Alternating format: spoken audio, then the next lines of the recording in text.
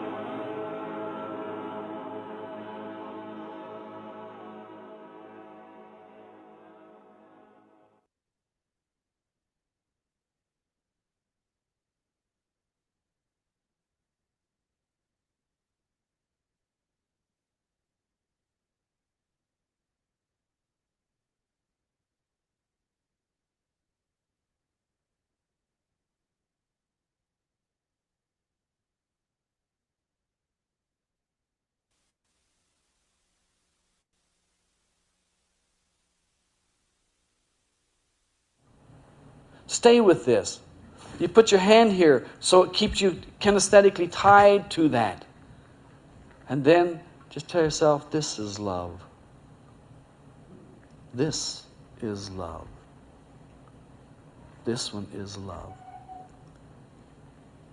And now if there's some place in your body that doesn't feel too good, just have that love walk over and touch it. If you start to move away from your heart where your hand is, bring it back. Touch it again and feel it. And say, this is divinity. This is love. Here's where it is inside of me.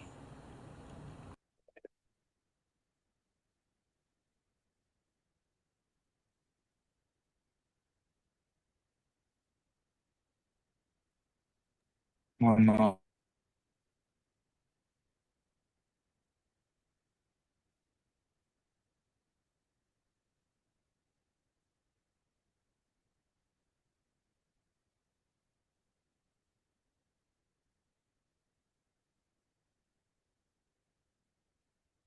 And from my heart center, I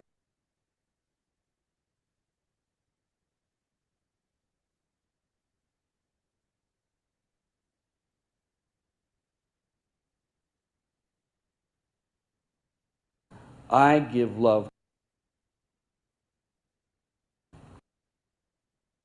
And from my heart center, I give love to all of my body. And take that feeling and make it come awaken there, because it's your divinity. It is yours.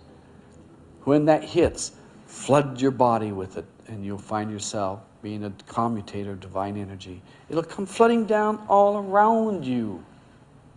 It is the method talked about in these seminars for years. Love is the healer. Joy is the expression. I am the love for this universe. I am the love for the universe outside of me. And all of us that are love are one.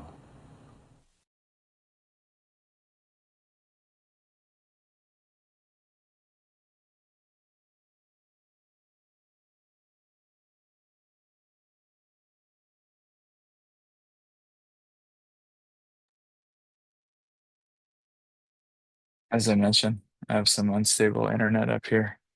Hopefully, y'all can hear me.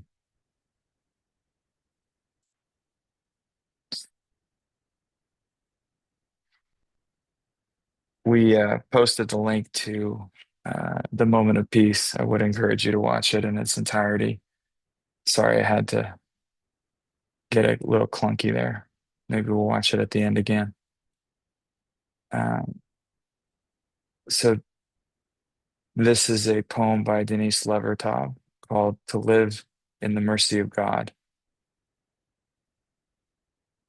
To live in the mercy of God. To lie back under the tallest, oldest trees. How far the stems rise before ribs of shelter open.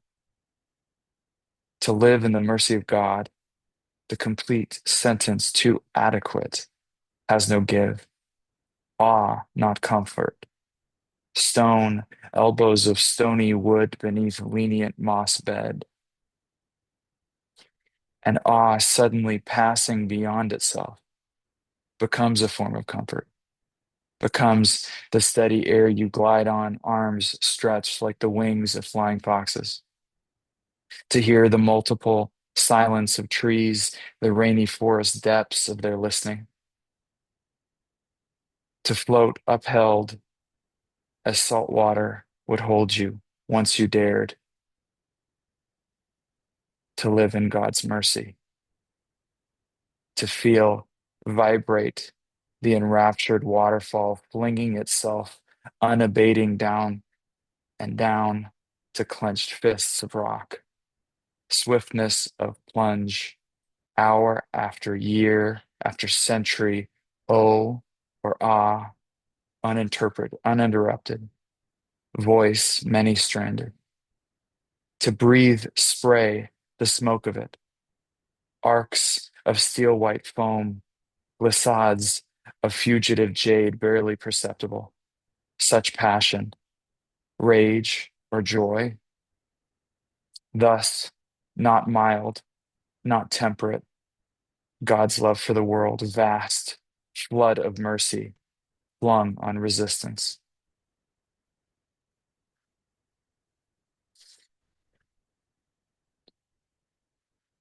All right. Looks like we already have some hands. Uh,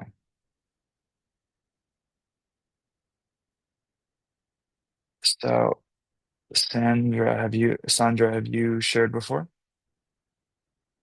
Let's go with you first.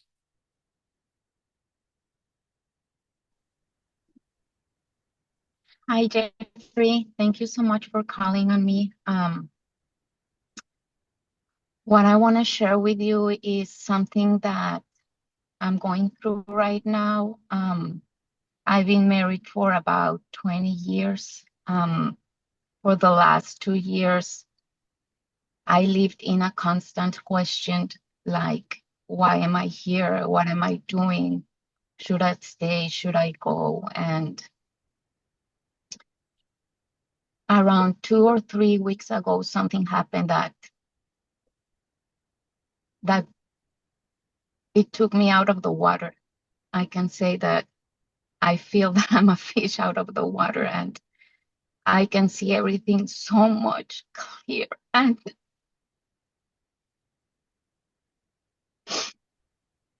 I just felt so alive. Like,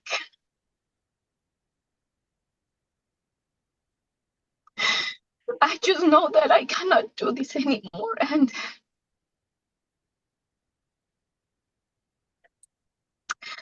I already had the conversation with him, and it's just, I don't know. I care for him. I do care for him.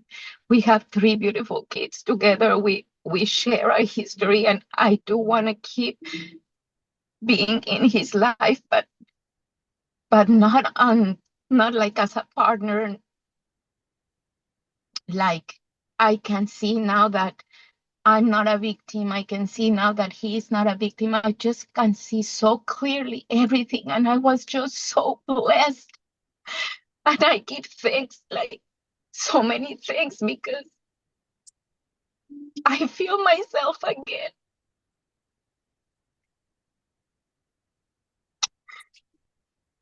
And I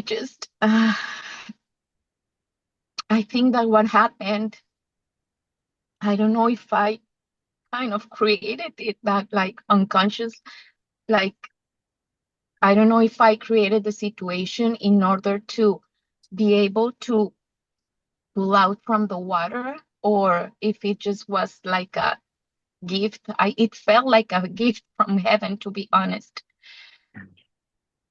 I just, I just want your insight in this. I just, Yeah.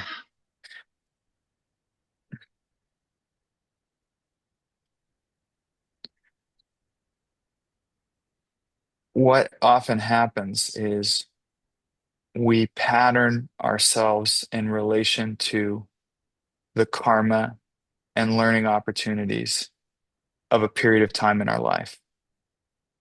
And we start to solidify habit patterns, and we start to create comfort and familiarity with a certain person or a certain way of working.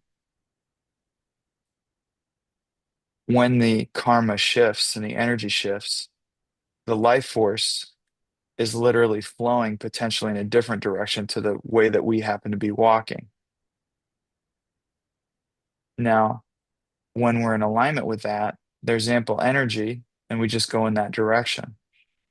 But what will often happen is a kind of a self-doubt or kind of an inner struggle or battle where you have standards and you have rules and you have ideas about who you're supposed to be and what marriage is and how you're supposed to approach your life and what all of that means. And you create romantic ideas, and these same romantic ideas that got you through the tough times in a relationship now become a prison because you built up all of this egoic load of who you are and what you're doing and why you're doing it. That when the energy shifts, which is nobody's fault, it's just the karma shifted, right? It's just the energy shifted. Then all of a sudden, you not only have to take the actions associated with the shifting karma, you're now in a position where you're having to fight with yourself and judge yourself to try and align with what the energy happens to be doing in any given moment.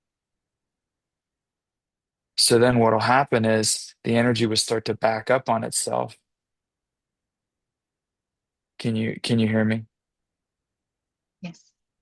Okay, good. The energy will start to back up on itself, and you'll start to feel uh, extreme discomfort within you, and you'll start to have resentment for the people around you, or you'll start to lash out, or you'll start to lash out at yourself when all that's really going on is you've fallen out of alignment with the flow of energy in your life. And we can create all kinds of fantasies and stories and all the things that you say to convince yourself and all the emotional flooding you need to do. But it's really just as simple as if you're in integrity, you're going to go where the energy goes, right? When when we're in alignment with the energy, I mean, it's the strangest thing. I've seen people in situations that I would think are unsolvable and don't make sense to me, but they're in alignment with the energy and somehow it works out and I just can't explain it. When we're in alignment with the flow of energy, it means we're going to have the curriculum that we need to learn and grow and advance in accordance with our soul's destiny. And it may not look the way our ego wants it to look. I mean, we look at something like cognitive dissonance and the lengths at which the ego will go to defend itself. The mere fact that you've had to talk yourself into something or that you've had to tell yourself, oh, but I still want to have a relationship with him. And I don't know, maybe you don't. Maybe you don't need to be, maybe you don't want to be around him. But you've got these standards in your head going.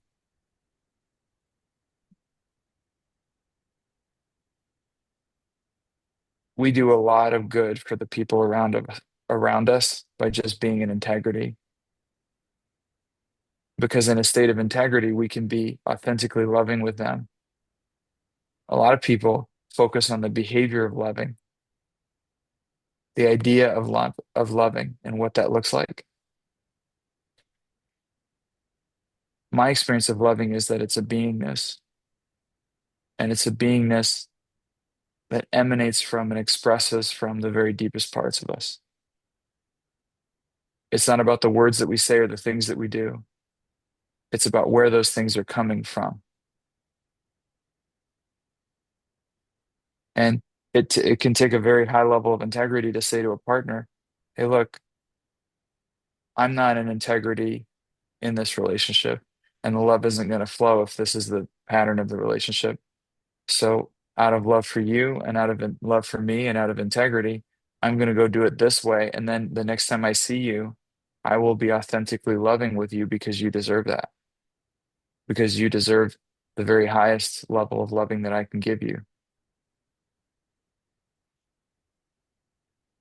The tricky part is that story is an addiction, right?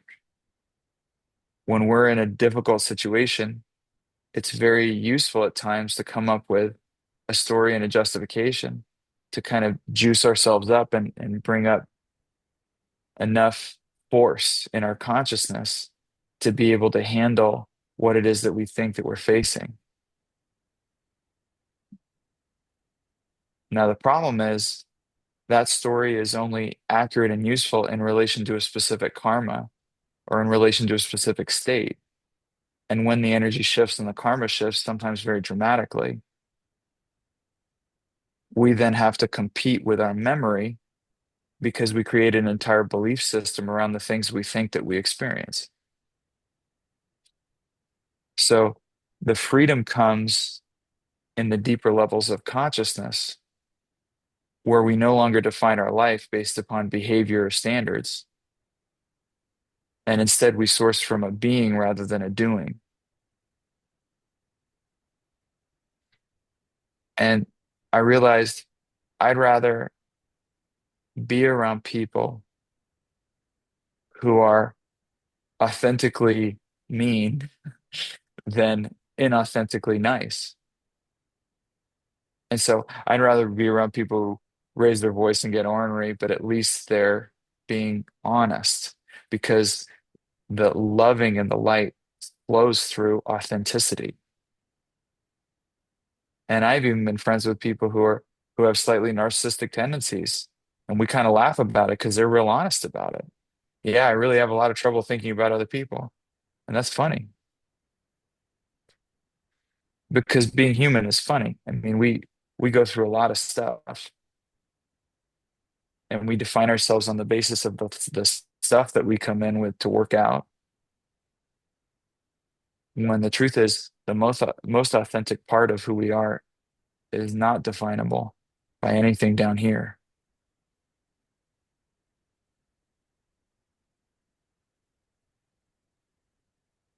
When you come up with a story like, I think it's great when you say, I feel like I'm now just for your reference point in English, when you say you're a fish out of water, that actually doesn't sound, that means you're slowly suffocating.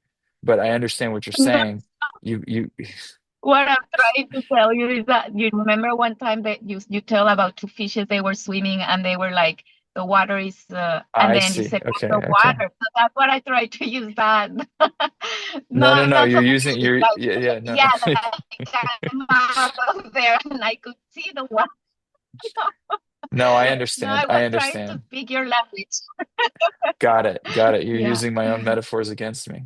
It's funny because one of my very best friends is we are addicted to what we call the Jeffrey podcast, and then we came up with a phrase that is the Jeffrey formula.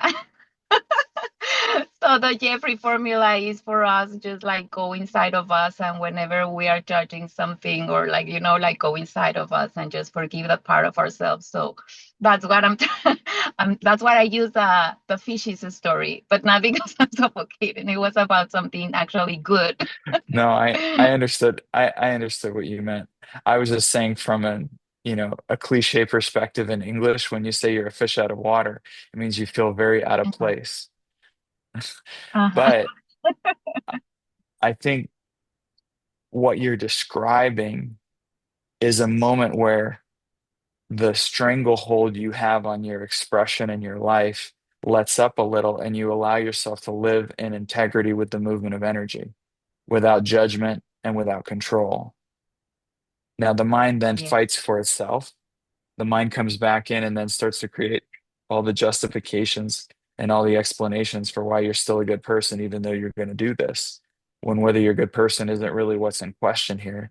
It's whether you're going to act from integrity or out of integrity. And the great part about acting from integrity is it exists only in the present moment. It's are you in alignment right now? So for me, it could be that you sign the divorce papers and you go, I really like that guy. I think I'm going to move back in with him. No, I'm serious. And actually, there are plenty of couples that do that.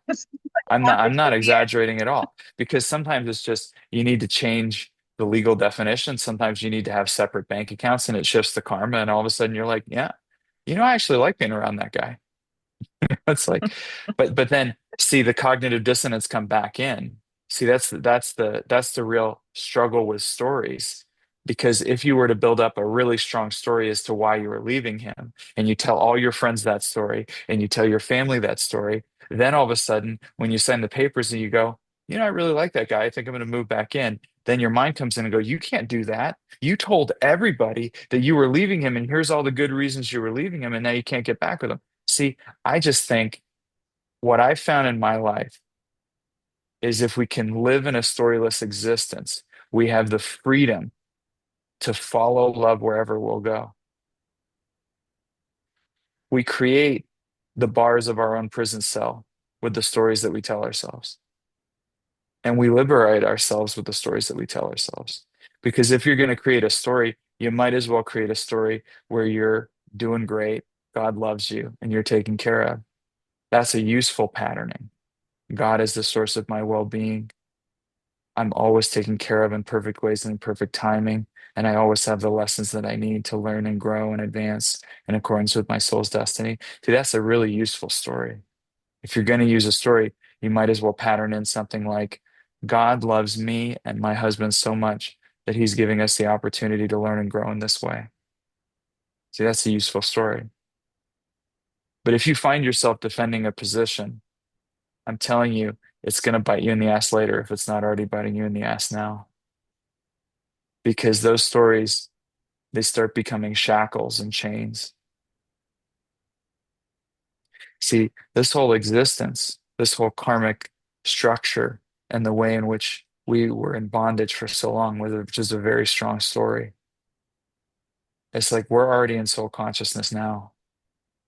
We're just pulling our awareness into a level where we can simulate separation and decision making and even simulate bondage,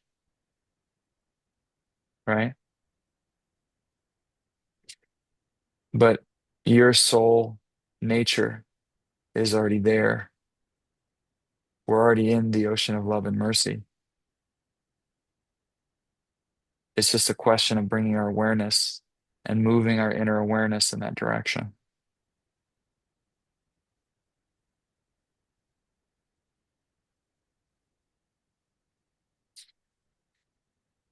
Thank you. All right. God bless you. You got to be careful. Apparently, people listen to my metaphors. So I remember, is it Marilinda? I think I remember you raised your hand the other night and you hadn't shared before, correct? Or have you shared before? I can't hear you, so maybe a thumbs up, thumbs down. Have you shared before? You have shared? You haven't shared before. You haven't shared before. Very good. Okay, thank you. Glad we got that clarified. All right, we'll go to you then.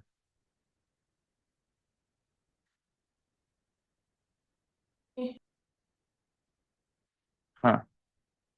I thought I asked you to unmute. Try again. There. There you Oh, go. yeah, it was saying the host has to unmute me. Yeah, yeah. Okay. So I have a question. I'm not really sure how to word it, but I've listened to JR since 1978, and he's addressed this in many different ways, and it's still confusing to me. Um, about a life partner, such as a marriage, and the person not being initiate or knowing the traveler, how that works. Like I said, I'm not really sure how to ask the question of if that person, my mate, um, if our love just carries us, whether or not they become initiate or involved with the movement, because it feels like it. And when I met him through a picture, like I met JR, like the same feeling. I knew this person and they were already part of my life for lifetimes. And it feels really good. It feels like it's working really, really well. So I don't really, I'm trying to remember the things that JR has said about this karmically or relationship wise, or just going home to God. Well, so a couple things. I think we have to be very conscious and cautious of who we are with in a romantic capacity because of the sharing of energies through things like intercourse and also the sharing of karmas through things like marriage. Uh, so I've often heard John Rogers speak of a kind of an attention to that because it's real, because there is a shared karma there. Right. Now, I think people can get into the mythology of, oh, I want to be with a high initiate because I don't want this person to hold me back or something. Like somehow I'm being held to the level of their consciousness. I don't feel that way. Well, just for those who do, Okay. my perception is the level at which marriage exists is in the psychic material level to a large extent. In some cases, there can be a soul arrangement, like a soul contract or a soul friendship or something like that, where there are two souls which have, in a sense, a pre-embodiment agreement to walk together and to support each other in a specific spiritual way. That can definitely happen. But to a large extent, marriage exists through a symbiotic relationship of karma, meaning, like, I'll give you a funny example. I know somebody who has a very strong karma to be served, like servitude, by their romantic partner, like to receive servitude from their romantic partner. And then when you look at the karma of the other person, you go, how can that possibly work? Except that person has a very strong karma of servitude to their romantic partner. And you go, oh, that's absolutely perfect. One has this karma to be like a slave to their partner, and the other has a karma to receive servitude from their partner. So it actually works very symbiotically and very well because they both get to complete that karma. Hmm. Interesting. To a large extent, many aspects of marriage don't have any more spiritual significance than anything else that you do in your life. Like keeping an agreement or not keeping an agreement, being honest, not being honest, having negativity or like judgment toward your partner, having negativity towards anyone. Now, the stakes can be higher because the intimacy is higher. So there may be ramifications and meaning on your actions that don't exist with other people. But the karmic aspect of it is very much just psychic material level. Now, at the end of the day, it's not about like when you say, will our love just sustain us? There is a reality to, hey, living in the movement of spiritual inner awareness and the teachings of soul transcendence, we're a little different. So the way that we function may not make sense. Like very basic things, like maybe when they're at a party, they like to smoke weed occasionally. That wouldn't work. It's Mm. like it's you start to pick that stuff up. So there's a reality to the way that we choose to live, and the way your partner chooses to live has to have some basic compatibility. Called we don't do addiction to substances, we don't do heavy use of alcohol. There's a lot of things that we don't do. Maybe you want to be might be one of those people like myself that doesn't eat pork, and I picked up the habit of not eating onion and garlic because of events where that would affect John Roger. So I just don't really eat much onion and garlic. But those are just basic. You kind of see those. It's the same thing as if somebody had a lot of food allergies, or if somebody, you get what I'm saying? So like there's some basic logistical compatibility questions. But again, this is not spiritual. This is like who you choose to live with and whether it works for you energetically in your psychic centers. Yeah, I'm not really talking And about that kind of compatibility because I already know we are. yeah, well, what I'm getting at is when you say, is it our love that's sustaining us? It just really depends on the karma of the relationship. And in most cases, it's your karma that's sustaining you. So that those were inaccurate words. Like I said, I don't know how to ask the question. So it's not that I know the love will sustain the relationship. I was more concerned about um, soul transcendence. What are you concerned about in soul transcendence? Not concerned so much as like a question, will he be able to transcend in the same way that work with in the movement? Just by being with you and being exposed to John Roger, he already has his astral initiation. Okay, thank And you. the guideline given by travelers in history is generally when a person is exposed to a mystical traveler, they're going to leave the planet within 4 lifetimes. He Okay. may not, he may not leave. And I certainly, to be perfectly candid, I would not put an intention or a thought around waiting up for him. Okay, I won't. Because in soul consciousness, you already won anyway. Yeah. And the truth is,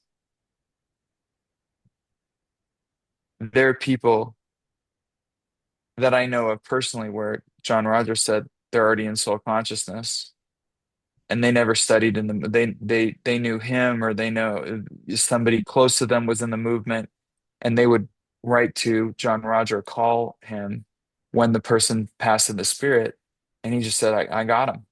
They're up in soul with me. It feels like So that to me with him that so on that. it's Yeah. yeah, but my point is I wouldn't worry about it because the thing that you can do is just continuously pour love into the part of you that is him and continuously chant your tone into that part of you that is him. Okay. And you don't need to worry about his soul's destiny because that's already worked out. I mean, he may have one of the main reasons he chose to be with you on a soulic level might be to get that first exposure to the mystical traveler consciousness. Or to be perfectly honest, we really don't know in the sense that if John Rogers said, hey, that drunk on the street that you're judging who's begging for change, that might be the last thing they need to do before they enter the heart of God. So we don't really know. It may just not be in alignment karmically for him to act like an initiate, but he may be a very high initiate. He feels like an initiate in his lifestyle, his action, who he But is. see, I don't, for me, I don't worry about those components because there are people on the street that feel like an initiate. When you are living from the initiation and you are being an initiate and you're truly connected into soul consciousness, you start to see it everywhere. Okay. It's like having God colored glasses. Yeah. Everywhere you look, you see Yeah. that presence of the sound current. Yeah. So when the mind seeks finality and certainty, see, the questions that we ask are not about the content because the question that you asked, you already knew the answer to inside of you. Yeah. I wanted But your the bigger opinion. question, I wanted your well, viewpoint of it. Yeah. What? yeah, but it's not about the content of the question you asked, because as I mentioned, you knew the answer. It's actually the more important question is what part of me sought the second opinion and why? And what is it inside of me that doesn't feel the certainty or feels a little shaky? Because that's where the juice really is. There Mm-hmm. may be a judgment from a past life. There may be a belief that you have to let go of. Mm-hmm. When we ask a question, we're really often asking a different question. Mm-hmm.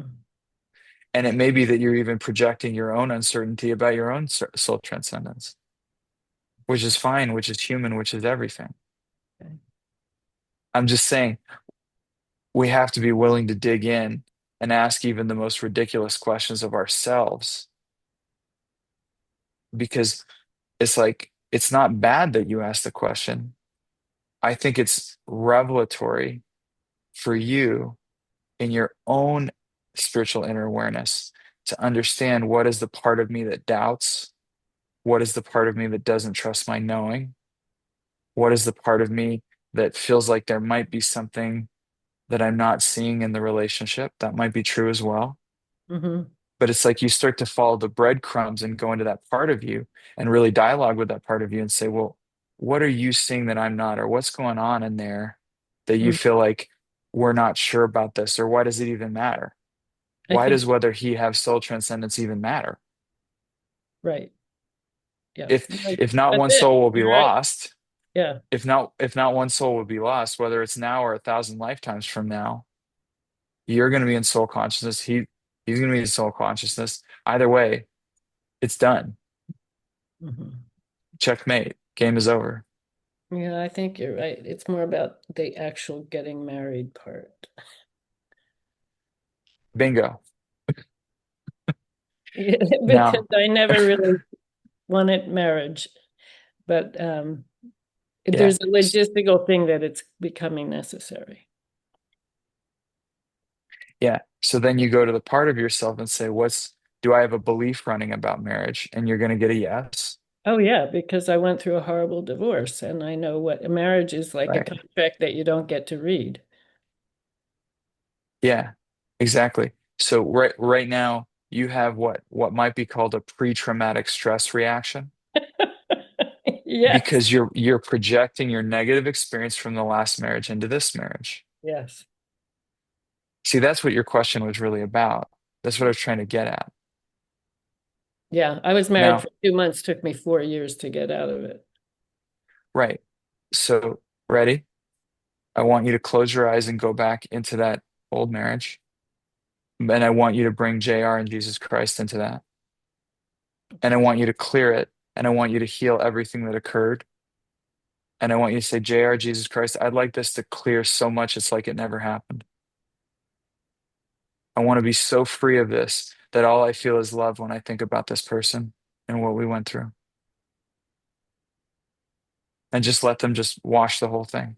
Let them remove all the stuff, all the trauma, all the stuff.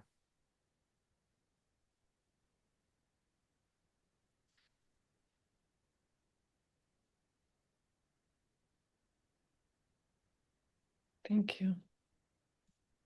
And see, the energy just shifts like that. And then all of a sudden it goes, okay, well, if all relationships are inside of me, the only marriage I've ever had is with myself. And the only marriage I'm gonna have is with myself. So how do I ensure that it's a loving marriage? Well, I love the parts of myself that I'm marrying, and I get to a place where I'm in a neutrality and a loving. You have another thing too, because there was a time when he died prematurely in your life, and you never got to really live your life with him. Oh, that's for sure. I saw all of the lifetimes the first time I saw him, Yeah, and yeah, yeah, yeah. So there was a lot of that. yeah, yeah. So there's Many this lifetimes. belief, so Yeah, there's this belief you have going from those memories that the rug's going to be pulled out from under you, and that the second you say I do, it's like a ticking time bomb, he's going to die. it could, but it doesn't matter because Yeah, that's great here, but yeah, you got hurt in there, and you yeah, got to clear the memory. You got to release the memory again. yeah. It's like, how can you acknowledge the fact that you have this incredible weight of trust and loving that just like you meet a person and they already have access to your heart and there's nothing you can do about it. And you don't, right? Now, It's that's been beauty. 35 years, Yeah, and he just came back because he wanted children, and it's fine. It's like the timing is perfect now. right. And somebody who has access to you that way because of the weight of history that you have with that person. But the freedom comes when you meet them for the first time and you love them for the first time in this moment. It's incredible. So you go in and you start to say, Dear Lord, please assist me in clearing any memory associated with this person that I may fall in love with them for the first time in every moment. I do. I do, actually. Every moment. It's mind blowing. I mean, But you it's, got memory running. yeah, You I, have memory running and you have traumas held in the memory. yeah. So you got to ask for that light to wash it away authentically. You have a powerful knowing of what to do, but make no mistake, it's not in alignment unless every level of your consciousness is in alignment. So it's great that you know the idea of what's right and what's true, but you have to make space for the part of you that disagrees with you. Because there's a part of you that really doesn't feel all that good about the marriage thing because you're afraid he's going to go. It's like something's going to get kicked off because it did in past lives. It opened a karma and then he was gone. So do you get what I'm saying? Like, I do. s- I, so it's being very compassionate for all the parts of you that may not be as evolved as what you're expressing through the conscious self. so that's the part I'm not totally clear on. Inside. I mean, consciously, I'm clear on it, but emotionally, there's a sticking point right here. That's what I'm getting at.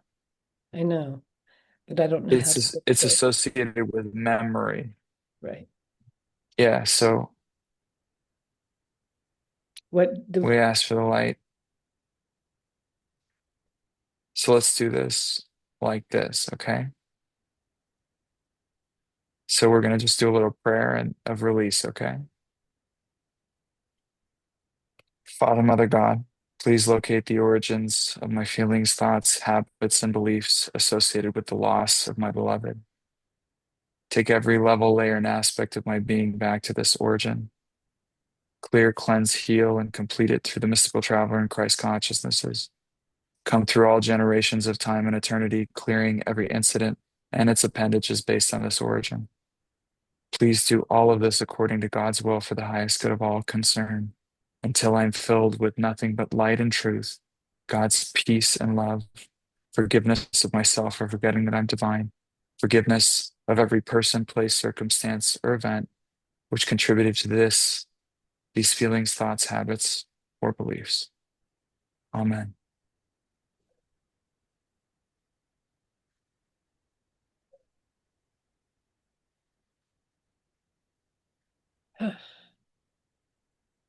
this big Yeah, purple they're face released. appeared.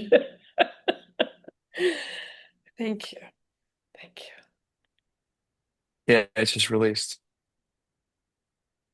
See, healing sometimes is as simple as acknowledging the presence of a part of you that isn't okay or isn't in alignment with what's going on.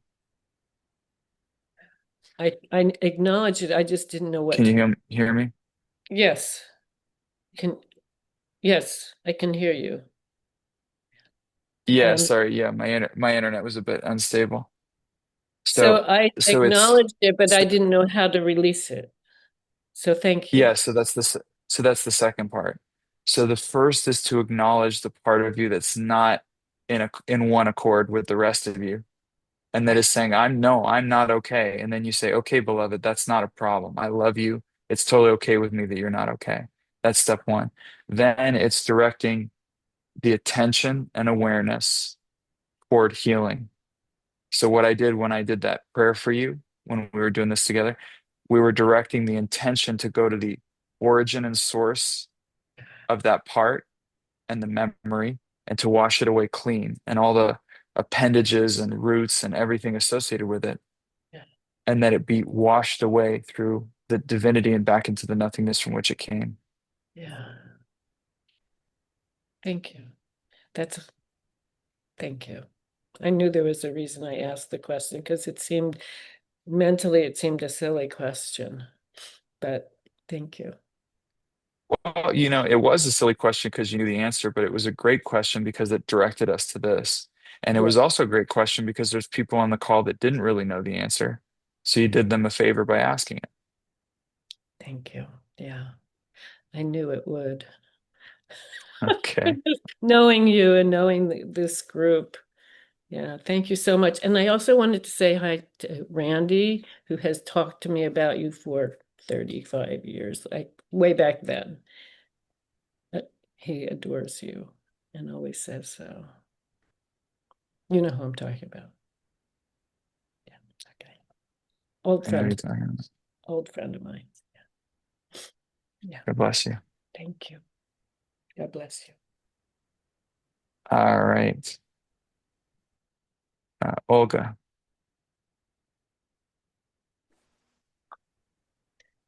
Hi, Jeffrey. Um, it's been 2 months since I shared with you about the robbery that I had in my house. Yeah. Um, Are it's you been are you date are you dating the security guy yet? No, I'm kidding. if I Go ahead. am what? Nothing. Go ahead. Okay. Um, it's been in general. I mean, I'm working on the 10% level to do everything I can do to have a house more secure. And at the same time, your sharing that day was absolutely amazing. Without that, I cannot imagine how it would be to let go of this process. However, this kind of last week, I was feeling again like sad and sometimes afraid, sometimes scared, and sometimes I feel that the thieves are coming back. Have you done a Or house blessing? Have you done an yes, MSA yes, since it happened? um oh, Since it interesting. occurred? Maybe the house, no, maybe that was before. So I could Yeah. say There's there's yeah, there's an accumulation of ectoplasm in your house. okay. And well, let's put it this way. There's an accumulation of residual emotional energy in your house. Okay. Yes, I feel it. And some of it was left by the people who were doing the robbery or Yes. the break-in. Okay. Yes. Um, in the meantime, if you could, so write a love letter to your house. Okay. Write a love letter, like a very sweet blessing. Like do a love letter blessing. Thank you for being my house. I love you so much. Thank you for protecting me. We're so safe here. So do that. That's going to help with your basic stuff a little bit. Okay. So it'd be like a little burn letter to your house. Okay. And then I'd like you to go, Visualize and plant light columns in each corner of the house. Okay. Very intentionally. And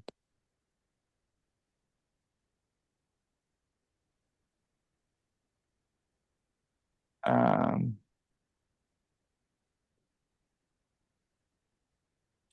yeah, just place a blessing like, God bless you, I love you, peace be still. So when you're placing the light column, just say, God bless you, I love you, peace be still on the corner where you are, and move to the next one. Okay. And ask for the light column, emanating from the highest of heavens into the center. And then when you see the light column, visualize almost like a vibrant resonance coming from the light column, and Okay. see it kind of vibrating the molecules of the walls. You see? So it's like a Yes. vibration. It would help if while you're doing this process, you play the Hue chant in the background. Okay. This is just to shake loose some things that got in there. If you could very shortly after that, do a house blessing with some other ministers and initiates if you can. If you can't do Okay. it physically, do it online. And um,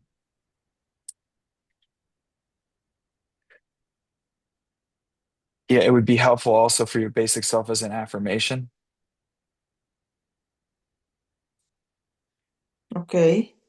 Um, or you could put up a sign when you're exiting your house or something, like just every time you look out, you just a sign that says the beloved resides here, or this is the Lord's house, whatever terminology works for you or sounds the best in Spanish or something like that. Whatever Mm-hmm. hits the basic self as like your first language. Okay. Mm-hmm. So if you just as like an affirmation, this is the house of the beloved, something like that, and then Okay. kiss the house, like do the gesture is for your body. Do the Okay. gesture of loving to your house. You understand? Yes, yes, yes. Actually, I do kind of that when I turn the alarm on, I almost always say, God, take care of my home Yeah, this is and different.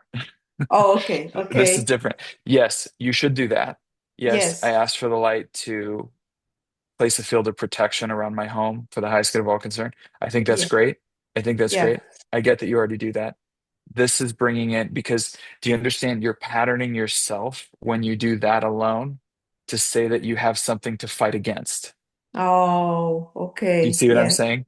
So you have yes, it going, this out or around my home is this unsafe environment. I'm going to put up a wall of light because there's so many nasty things there. You understand? yes, perfectly. That's what happens in your consciousness.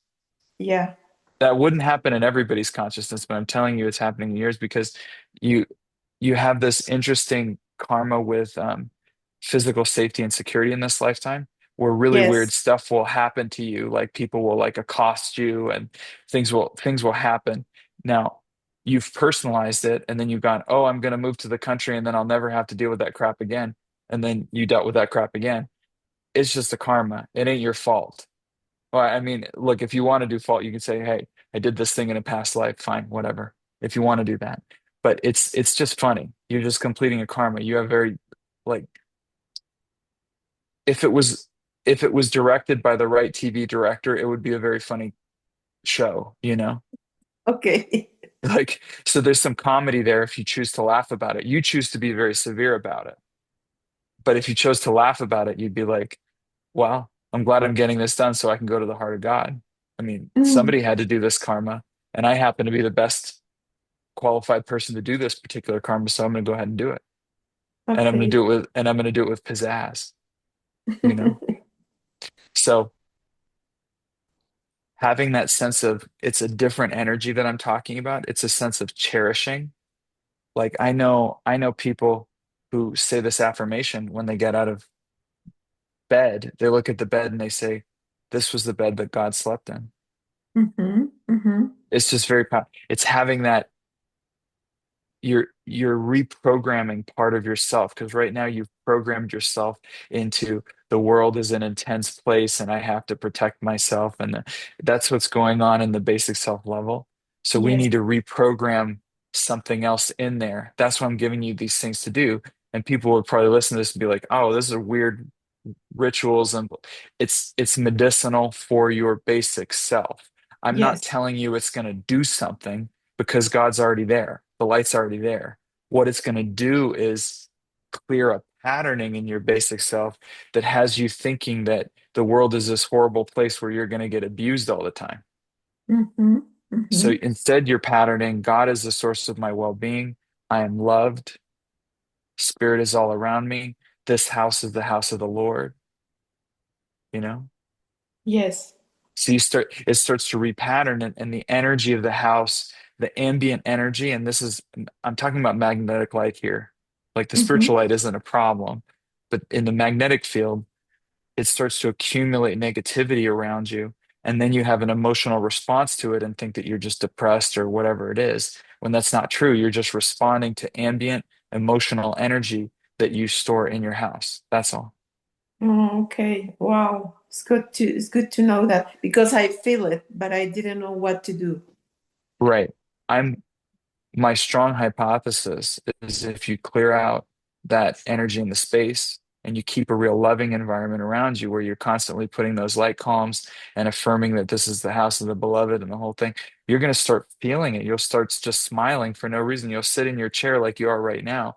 And instead of going, oh, I feel so alone, you'll go, God loves me. Yeah. Okay. Yeah. You're, Yeah. you're, Yeah. you're sensitive to ambient fields. That's part of the reason your basic self chooses to carry a little bit of weight on you at times. Yeah. You're very sensitive to the ambient fields and the magnetic light. So if I were in your position dealing with your sensitivities, I would make my house just a wonderful field of energy for me to exist in. Okay. Yeah. Yeah. Yeah. That I used to feel that way, and then I am feeling that I have to kind of recover. I don't know if that's a wrong approach, but I know that's already here, but my mind It's is not doing it's not recovery, it's just maintenance because we're on a level that deals in change. So you okay. can't just assume. It's like when people go, oh, well, this is a safer place. It's like we're constantly doing things to reinfuse and reconnect and recommit the intention of spaces. Like places aren't holy because they're holy because somebody decided to hold that intention for the space and Mm. anchor that energy of spirit. Yeah. So it's like it's up to you to hold that intention and to continuously recommit to it. Okay. Because on this level, stuff changes. So the energy field that you might have put in, a couple years ago, go ahead and recommit it, recharge it. Sometimes it's even recharging light columns and things like that. Yeah. Okay. Okay. Thank you. Very helpful. Thank you very much, Jeffrey. But it's having that intentionality wherever we go. It's like if we want to walk in the light and in a holy place, make it a holy place with our intention and our loving and hold that focus. Yeah. Place our Okay. awareness in the direction of the loving that is present. Look only for the good in people and things, leave the rest to God, that sort of thing. Yes. Okay. And the field of energy around you will feel totally different. I mean, even as we were talking, I was having you visualize some of it. It already changed the atmosphere around you. You already feel the warmth. So Yeah. it's like, Yeah. yeah, it's different. Yeah. Yeah. And that was just me doing a quick pass. Imagine what it's going to be like when you're actually intentionally placing that loving focus in your space. Okay. Yes. Yes. Okay. Thank you, Jeffrey. Thank you. I love you very much. Thank you very much. Okay, That's God that's bless you. very Thank you. helpful. Thank you.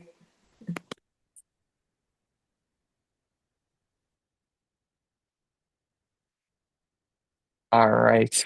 Um, I should mention sometimes Heartreach actually offers virtual house blessings as well for people who live in remote locations. So, keep your eye out for that, or if you're interested in that, you can email me. But sometimes those are made available. Eric Lumiere usually hosts those. And I've heard a lot of wonderful things about that. Even if you're not doing, I mean, obviously, optimally, my favorite is when you get a group of like 5, 6 people together and everybody just goes around the house with the candles and the whole thing. It is really wonderful. But if you're living far away from other people and you have to do it as a virtual house blessing, I mean, you're talking about people all over the world connecting spiritually with that intention. That's also something to see, right? So I've heard a lot of good things about that as well. So we are dealing in very subtle energies and yet at the same time we're dealing in stuff that works. So I would take full advantage of all of that. All right. Well, I've got to get back to this retreat here. And there you go. I love you. God bless you. Peace be still. The blessings already are.